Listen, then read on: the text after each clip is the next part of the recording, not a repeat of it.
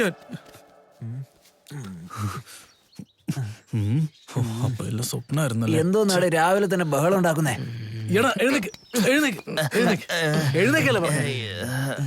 എന്താടാ അളിയ, ഈ നാട്ടുകാരൊക്കെ എന്നോട് ഗണപതി പൂജ ചെയ്യാൻ പറഞ്ഞിട്ട് കാഴ്ച ആഘോഷം അങ്ങ് അടിപൊളിയായിരുന്നടാ. എവിടെ നോക്കിയാലും ജനങ്ങളും അലങ്കാരവും. ചെറിയ കൂട്ടമൊന്നും അല്ലടാ. ഇവൻ ഇനിയും കുടിച്ച കേട്ട് വിട്ടിട്ടല്ലോ. അത് ഞാൻ പറഞ്ഞ കേൾക്ക്. ഞാനിങ്ങനെ സ്റ്റൈലായിട്ട് ബുള്ളറ്റിൽ വരുമ്പോഴേ രണ്ട് സൈഡിൽ നിന്ന് ഇങ്ങനെ പൂവേറിയായിരുന്നടാ. അങ്ങനെയാണോ? പക്ഷെ ആ സമയത്ത് ഏതോ ഒരു കഴിവേറി കയറി വന്ന് എന്റെ മുഖത്ത് ചാണകം എറിയാൻ നോക്കിയത്. അതൊക്കെ അവിടെ നീക്കട്ടെ. നീ എങ്ങാനും ഗണപതിയുടെ വിഗ്രഹം കൊണ്ടുവന്നില്ലെങ്കിൽ നാട്ടുകാർ മുഴുവൻ നിന്നെ പഞ്ഞിക്കിടും. ഉറപ്പാ. കാശെടുക്ക്, ഞാൻ വാങ്ങിച്ചോണ്ട് വരാം. നിന്റെ പൈസയാണോ? ദാ കിടക്കും നോക്ക്. എടാ, നാട്ടുകാരുടെ പൈസ ഇനി എന്ത് പറയും? ദൈവത്തിന് വേണ്ടി എടുത്തു വെച്ച പൈസയിലാണോ വെള്ളടിക്കുന്നത്? മേടിച്ചത് നീയല്ലേ, ഞങ്ങളെ എന്തിനാ ചോദിക്കുന്നത്? എന്നെ പിടിച്ച് തടയായിരുന്നല്ലോ. നിർത്താനാ വന്നേ. പക്ഷെ നീയാ ഹാഫ് വേണ്ടോ ഫുള്ള് വേണോന്ന് പറഞ്ഞ. ഈ ഫുള്ളും ഇപ്പൊ തീർന്നു പോയി. ഇപ്പൊ എന്താടാ ചെയ്യാ? ദൈവത്തിന് എങ്ങനെ കൊണ്ടുവരാ? കൊണ്ടുപോയില്ലെങ്കിൽ നാട്ടുകാര് തല്ലും കേട്ടാ. ശരി, ആ ദൈവത്തിന്റെ കാര്യം എന്റെ മാലക നോക്കിക്കോളും. ആ ഡെക്കറേഷൻ കാരണം കുറച്ച് അഡ്വാൻസ് കൊടുത്തില്ലേ? നീ ചെന്നത് വാങ്ങിച്ചോണ്ട് വാ. ഏത് സമയം ഉറങ്ങിക്കൊണ്ടിരിക്കും. ശരി, നീ ചെന്നിട്ടേ ആ ചണ്ടക്കാരെ കൂട്ടിക്കൊണ്ടുവാ. അമ്പലത്തിൽ കൂട്ടുന്നവരില്ല, ഫംഗ്ഷന് കൂട്ടില്ലേ? അവരപ്പോ ബഡ്ജറ്റ് കുറവാടാ.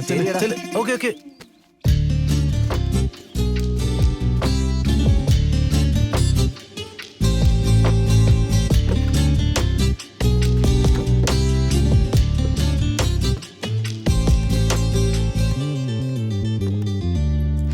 എന്റെ അമ്മോ, നിനക്ക് എവിടുന്ന ഇത്രയും സൗന്ദര്യം മഹാ? ഇത് വെല്ലാൻ വേറെ ആർക്കും കഴിയില്ല. കാണാൻ എന്ത് സുന്ദരിയെന്നറിയോ? ദേവി മഹാമായേ, നീ എന്താടാ കാലേ വീഴുന്നേ? നിന്റെ ഒരു ഹെൽപ്പ് ആവശ്യം. എനിക്ക് തോന്നി കാര്യം കാണാനാന്ന്. നീ കാര്യം എന്താന്ന് പറ. എന്റെ അമ്മ മഹാലക്ഷ്മി ക്ഷേത്രത്തിലാ പോവാൻ പറഞ്ഞത്. അതിന് എന്നെ കാണാൻ വന്നെന്തിനാ? എനിക്ക് ലക്ഷ്മിയും മഹാലക്ഷ്മിയും ഒക്കെ നീയല്ലേ? അത് ശരി. എങ്കിൽ പൂജ ചെയ്ത് പ്രാർത്ഥിക്കേ. ടൈമിംഗ് അറിയാതെ വന്നോളൂ. ശരി, വന്ന കാര്യം എന്താന്ന് പറ. അത് ഗാന്ധിയുള്ള കുറച്ച് കടലാസ് വേണമായിരുന്നു. ബസിന്റെ കാൽക്കൽ വീണ് പറയേ, നരകത്തിലേക്ക് പോകുന്ന വഴിയിലെ സ്വർഗം. അവിടെ ഗാന്ധി മുത്തച്ഛനിടാവും ഈന്ന് ചിരിച്ചോണ്ട്. ഓ മതി, ഒന്ന് നിർത്ത്. നീയും ഗാന്ധിയും തമ്മിൽ നല്ല സ്ട്രോങ് ബന്ധല്ലേ?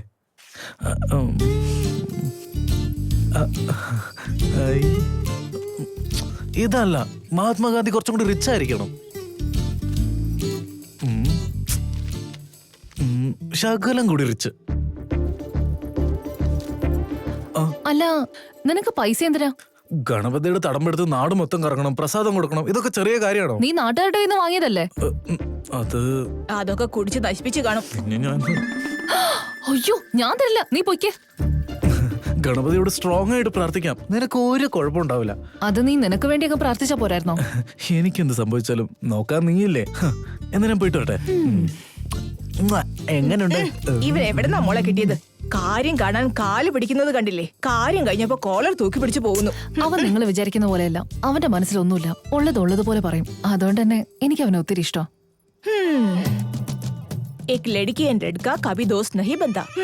എന്തിനാ മോളെ എപ്പോഴും അയാളെ വീട്ടിൽ വിളിച്ച് ഭക്ഷണം കൊടുക്കുന്നേ? എന്താ അവന്റെ വീട്ടിൽ ഭക്ഷണം വെക്കുന്നത്? അതെ, ഞാൻ വന്നത് ഫുഡിന് വേണ്ടിയല്ല കേട്ടോ. അല്ല, മീൻകറിന്റെ ഫോട്ടോ അയച്ചോണ്ടാ വന്നെന്ന് തെറ്റിദ്ധരിക്കണ്ടല്ലോ, അതുകൊണ്ട് പറഞ്ഞതാ.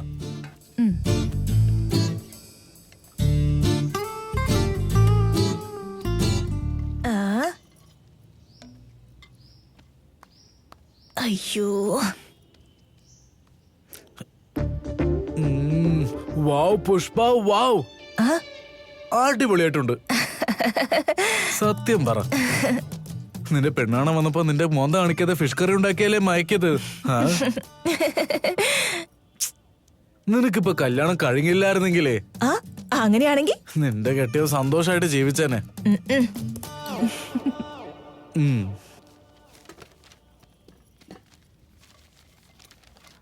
എന്തു പറ്റിയിടാ? എന്താന്ന്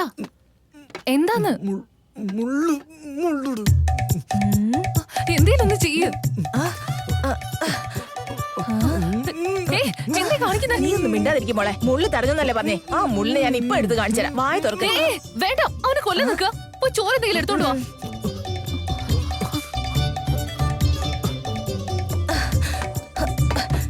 ഇവൻ എവിടുന്ന് വന്നതാണാവോ?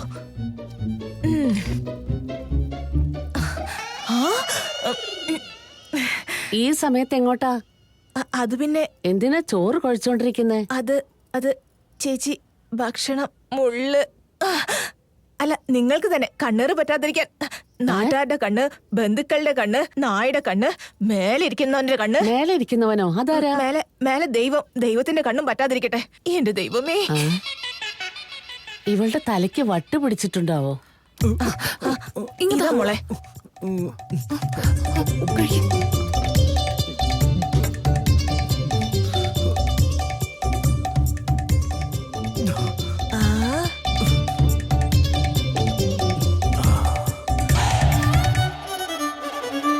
ഇനി മേലല്ല ഇവളുള്ളപ്പോ കഴിക്കാൻ വിളിക്കരുത്, കണ്ണുള്ളൂ. കണ്ണേറിനുള്ള ഭക്ഷണം അതിനാ നൽകിയത്. മുണ്ടക്കണ്ണിയുടെ നോട്ടം കണ്ടില്ലേ? ശരിയെന്ന് ഞാൻ പോയിട്ട് വരാം. നിനക്ക് നെട്ടിന്റെ പടി തരുവടി. ശ്രദ്ധിച്ചു പോണേ ബാലരാജ്. അമ്മയോട് എല്ലാം വേഗം തീർത്തു വെക്കാൻ പറയ്. പിന്നല്ലാതെ അവൻ ആരാ, നിങ്ങൾ ആരാ? അവന്റെ തൊണ്ടയിൽ മുള്ളു കയറിയതിന് മോൾക്ക് എന്തിനാ ഇങ്ങനെ പരിഭ്രമം? പറയേ. നിങ്ങൾ രണ്ടുപേർക്കിടയിൽ എന്താ ഉള്ളതെന്ന് എനിക്ക് മനസ്സിലായില്ലെങ്കിലും നിങ്ങൾക്ക് മനസ്സിലായ നല്ലത്. ആ ബാലരാജനോട് മോൾക്കുള്ളത് സ്നേഹമോ പ്രണയമോ? എന്തായാലും എനിക്കെന്താ, ഏക് ലഡ്കാ ഏക് ലഡ്കി കഭി ദോസ്ത് നഹീ ബന്ധാ.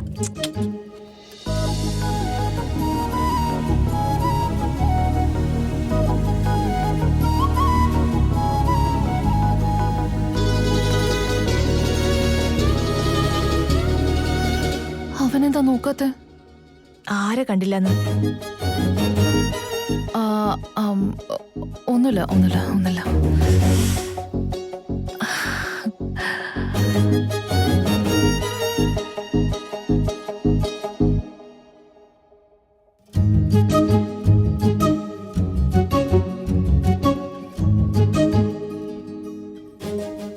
എന്റെ കണ്ണിലൂടെ നോക്കടി, ബാലരാജ് ശരിക്കും ചന്ദ്രനെ പോലെയാ. ചന്ദ്രനിലുള്ള കറുപ്പ് പോലെയാ ബാലരാജിന്റെ താടി. എന്താന്നറിയില്ല, അവനിൽ എന്തോ ഉണ്ട്.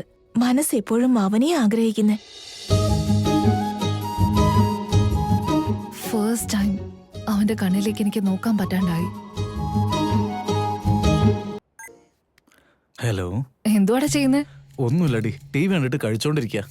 അല്ല, നീ എന്താ ചെയ്യുന്നേ? വീട്ടിലെ അമ്മ, പുഷ്പ, ദാസന ആരുമില്ല, വെറുതെ ഇരിക്കുക. ഇങ്ങനെ ഒറ്റയ്ക്ക് വെറുതെ ഇരിക്കുന്ന സമയം ടി വി കണ്ടോടെ, കുറച്ച് എന്റർടൈനിങ് ആവൂലേ? വീട്ടിലെ അമ്മ, പുഷ്പ, ദാസന ആരും ഇല്ലാന്ന് ടി വി എങ്ങനെ കാണാനാ? അങ്ങനെയാണെങ്കിൽ ഇരുന്ന് പഠിച്ചൂടെ?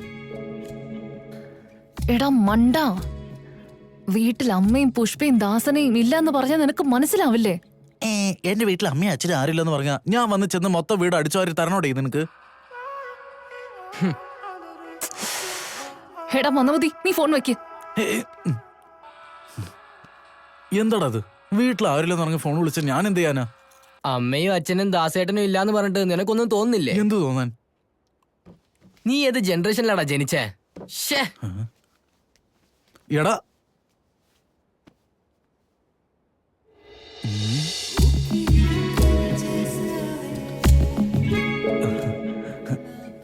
എന്താ, എന്തിനാ വന്നേ?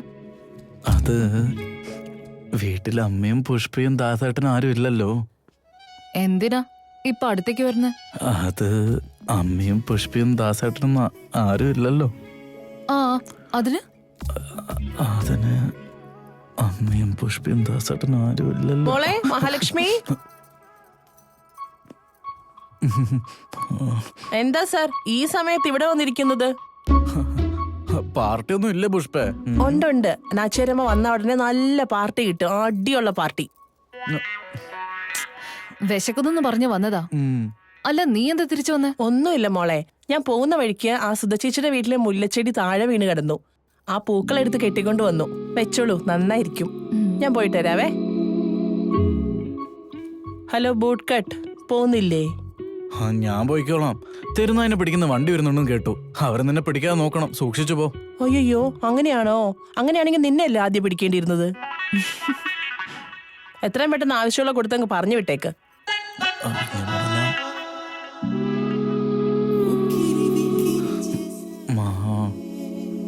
നീ ഒരു സാരി എടുത്തിട്ട് ഈ മുല്ലപ്പൂവും വെച്ചോണ്ട് വന്നാണ്ടല്ലോ, ഒരു തവണെങ്കിലും കാണാൻ ആഗ്രഹമുണ്ട്.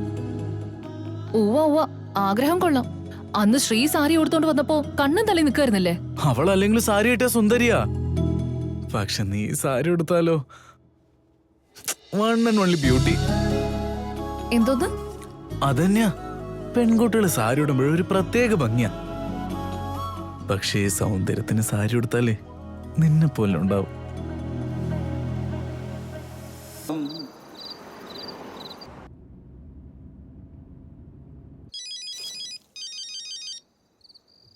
അമ്മ നാച്ചേരമ്മ. അമ്മ, നീ ഇപ്പൊ എവിടെയാ? ഞാനിപ്പോ എന്റെ വീട്ടിലെത്തിയമ്മ. വേഗം എന്റെ വീട്ടിലേക്ക് ചെന്ന് എന്തെങ്കിലും മധുരം ഉണ്ടാക്ക്. മഹയോടൊരു നല്ല കാര്യം അറിയിക്കാനുണ്ട്. ആ ശരി അമ്മ. ആ അമ്മ എവിടെ എത്തിയമ്മ? ഞാൻ എത്താറായി. ആണോ? ആ ശരി അമ്മ, സൂക്ഷിച്ചു വരൂ. ആ വയ്ക്കട്ടെ അമ്മ. ബാലരാജു,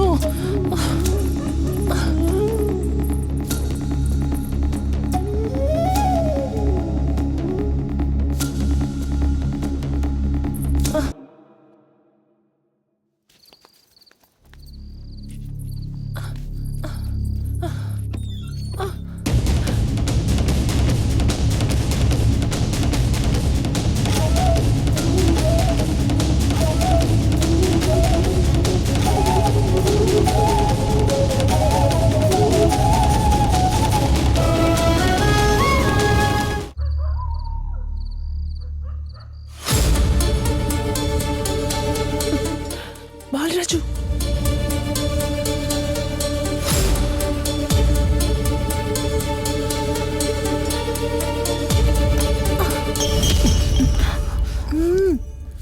നാച്ചാരമ്മ.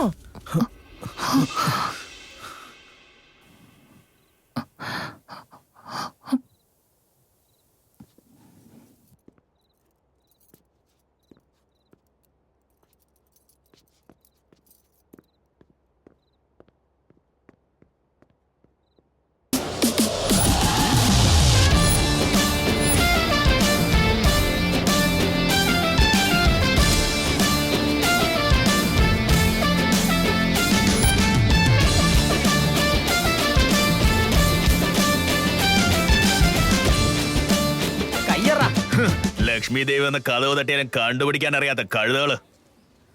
സാർ നിങ്ങളോ? ഗെറ്റപ്പ് സൂപ്പർ ആണല്ലോ സാർ. എന്താ സാറേ നിങ്ങൾ ബസ്സിൽ വന്നേ? ജനങ്ങളെ പറ്റി അറിയണമെങ്കിൽ അവരുടെ ഇടയിലേക്ക് ഇറങ്ങി പോണം. എന്ത് പറയുന്നു ബാലരാജ? സാറേ, സാറിന് ഇങ്ങനെ എന്റെ പേര് അറിയുന്നേ? മണ്ടന്മാരെ കണ്ടാ എനിക്കറിയില്ലേ? ഞാൻ പറഞ്ഞത് നിങ്ങളെയാ. ഫീലായോ? വളരെ ലൈറ്റ് ആയിട്ടൊന്ന് വേദന. അതുകൊണ്ടാ നിങ്ങളെ മണ്ടന്മാരെന്ന് പറഞ്ഞേ. പക്ഷെ ബാലരാജ് അങ്ങനല്ല. അവൻ ഇഷ്ടപ്പെട്ട പെണ്ണിന് വേണ്ടി ആ പെണ്ണിന്റെ അമ്മയെ എതിർത്ത് നാട്ടുകാരെല്ലാം ഒരു സൈഡിൽ നിൽക്കുമ്പോ ഇവൻ അവരെ എതിർത്ത് തനിച്ച് നിൽക്കുക. അതാണ് ബാലരാജ്. ബാലരാജ്, നീയാണ് ശരിക്കുള്ള ജെന്റിൽമാൻ. സാറ്, സാറിന് എങ്ങനെ എന്നെ കുറിച്ച് അറിയാം? നമ്മുടെ നാട്ടിലെ ജനത്തുക 6800 അതിൽ വോട്ടിടാൻ കഴിയുന്ന 5350 പേർക്കാണ്. ഇതുവരെ ഈ നാട്ടിൽ ഇലക്ഷൻ നടന്നിട്ടില്ല. 20 വർഷമായിട്ട് ഇന്ദ്രാണി നാച്ചിയാരെ ഇവിടുത്തെ പ്രസിഡന്റ് ആയിരിക്കുന്നത്. അവർ ഈ നാട്ടിന് തന്നെ ഐശ്വര്യ. പക്ഷെ നീ ഇവിടുത്തെ സാത്താന. അവരെ എതിർത്ത് നീ ജയിക്കുന്നവിടെ ഇമ്പോസിബിൾ ആയത് കാരണം ഞാൻ ഇവിടെ വന്നിരിക്കുന്നത് അത് പോസിബിൾ ആക്കാൻ. ഇത്രയും വലിയ ലെങ്തി ആയിട്ട് ഡയലോഗ് കഴിഞ്ഞാൽ എല്ലാരും എനിക്ക് കൈ തട്ടും, നിനക്ക് പിന്നെ വോട്ടിട്ട് തരും. അത്ര സാർ, ചെറുപ്പം തൊട്ട് ഈ നാട്ടിൽ തന്നെ ഉണ്ടായി ഞാൻ ഇങ്ങനെ ആയിപ്പോയതാ. സാറിനെ കണ്ടതിന് ശേഷം ഇപ്പൊ ഒരു ധൈര്യം വന്നത്. എന്നെ എങ്ങനെയെങ്കിലും പ്രസിഡന്റ് ആക്ക് സാർ. എടാ, രാഷ്ട്രീയക്കാരനാവാൻ വേണ്ടിയേ കുറച്ച് സ്പെഷ്യൽ ടാലൻസ് ഒക്കെ വേണം. അതാദ്യം നിന്റെ കയ്യിലുണ്ടോന്ന് ഞാനൊന്ന് ചെക്ക് ചെയ്യട്ടെ. നിനക്ക് വെള്ളം അടിക്കുന്ന പരിപാടി ഉണ്ടോ? ആ ഉണ്ട്. ഇല്ല സാർ. സബാഷ്, ഈ ഒരു കാര്യം മതി നീ ഒരു വലിയ രാഷ്ട്രീയക്കാരനാവാൻ. അങ്ങനെയാണോ സാർ? നുണ പറഞ്ഞ രാഷ്ട്രീയക്കാരനാവാൻ പറ്റുമോ? അങ്ങനെയാണ് ഇവനേക്കാൾ ഞാനാ നുണ പറയാ. അതെയാ? നീ മെയിലോ അതോ ഫീമെയിലോ? ഇങ്ങനെ ചെയ്തിട്ടാ മറ്റേ ആ ട്രംപ് അവിടെ തോറ്റുപോയത്. ട്രംപോ? ട്രംപ് എങ്ങനെയാ തോറ്റത്? പദയാത്ര ശരിയായിട്ടല്ല ചെയ്തത്. പാദയാത്ര രാത്രിയല്ലേ ചെയ്തത്? പാദയാത്ര എന്തിനാ സാർ രാത്രിയാക്കിയത്? എടാ, ഞാൻ അയാൾക്ക് കാലത്തെ ഫോൺ ചെയ്തപ്പോ അയാൾക്ക് അവിടെ രാത്രിയല്ലേ. സാർ അങ്ങോട്ടേക്ക് പോകുന്നത്? അതല്ലേ ഞാൻ പറഞ്ഞത്. ജനങ്ങളെ പറ്റി അറിയണമെങ്കിൽ നീ ജനങ്ങളുടെ ഇടയിലേക്ക് തന്നെ ഇറങ്ങി പോണം. എടാ നിക്കടാ, വണ്ടി എടുക്കില്ല, ഞാൻ വരുന്നു. മോളെ, ഇതൊക്കെ ചെയ്യാനല്ലേ ഞാനിവിടെ ഉള്ളത്? ഇതുവരെ ഇല്ലാത്തതുപോലെ ഇന്നെന്താ ഇവള് ജോലി ചെയ്യുന്നത്? സ്വന്തം വീട്ടിൽ അന്യരെ പോലെ ജീവിക്കുന്നതിലും ഭേദം പണിക്കാരെ പോലെ ജീവിക്കാന്ന് വിചാരിച്ച് പണിയെടുത്തോണ്ടിരിക്കുക പുഷ്പ.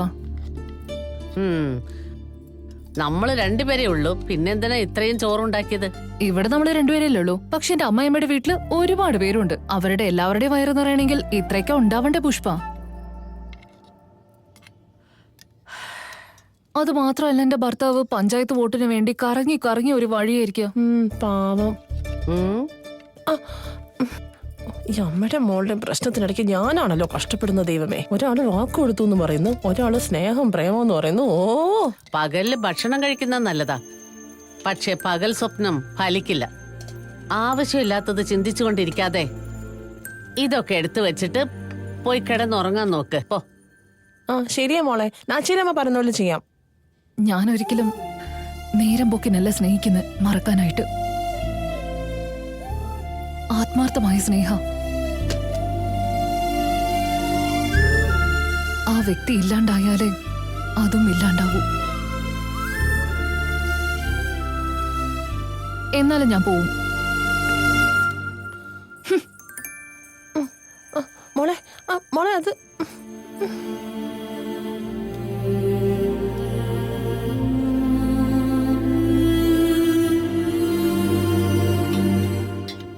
എടേ, നമ്മുടെ നാട്ടുരാജാവ് എഴുന്നള്ളി, വേഗം വാ. വരുന്നു, വേഗം തന്നെ വന്നേക്കാം.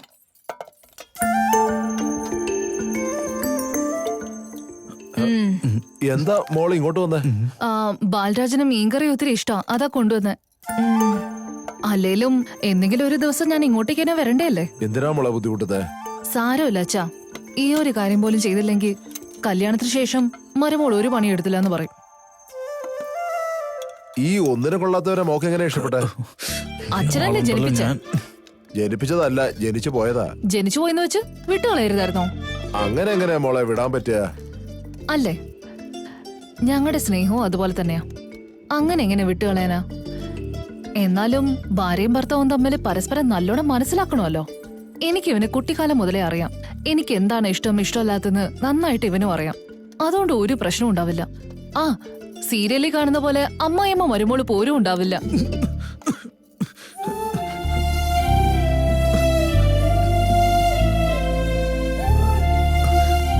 കണ്ടില്ലേ, എന്തെങ്കിലും നിങ്ങളുടെ കെട്ടിയോളിക്കിനെ ചെയ്തിട്ടുണ്ടോ?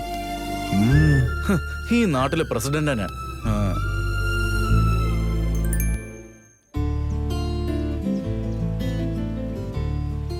ബാലരാജ് എന്ന ഞാൻ ഈ നാടിന്റെ പ്രസിഡന്റ് ആയതിനു ശേഷം ബൂട്ട് കട്ട് പാന്റ് ഇട്ടോണ്ട്. എന്തുവാടാ തലവനായി കഴിയുമ്പോ പറയാനുള്ള പ്രതിജ്ഞ ഇപ്പൊ തന്നെ പറഞ്ഞുകൊണ്ടിരിക്കുന്നേ? എന്നാണെങ്കിലും പഠിക്കേണ്ടതല്ലേ. പ്രസിഡന്റ് ആയതിനു ശേഷം നമ്മുടെ കല്യാണല്ലേ? ആ കല്യാണം കഴിക്കും. കല്യാണത്തിന് ശേഷം നമ്മുടെ ഹണിമൂണും അല്ലേ? ആ നിനക്ക് ആൺകുട്ടി വേണോ പെൺകുട്ടി വേണോ? എനിക്ക് ബൂട്ട് കട്ടിട്ട് ഒരു കൊച്ചു ബാലരാജനെ വേണം. നിനക്കോ? എനിക്ക് നിന്നെ പോലെ സുന്ദരായ ഒരു മോള വേണം. അയ്യോ, പേരെന്താ വയ്ക്കുക? സുന്ദരി ലാവണ്യ. എങ്ങനെയുണ്ട് പേര്?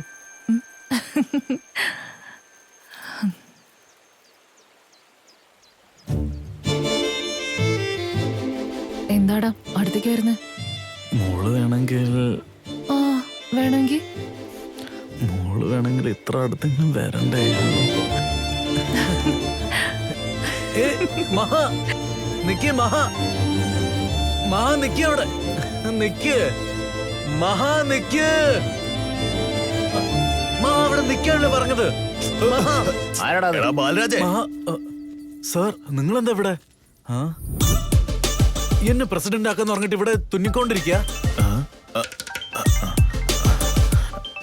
സാറ് ബിസിയാണെന്ന് പറഞ്ഞാ മതി. സാർ ഇപ്പൊ ബിസിയാ? ആരാ സാർ?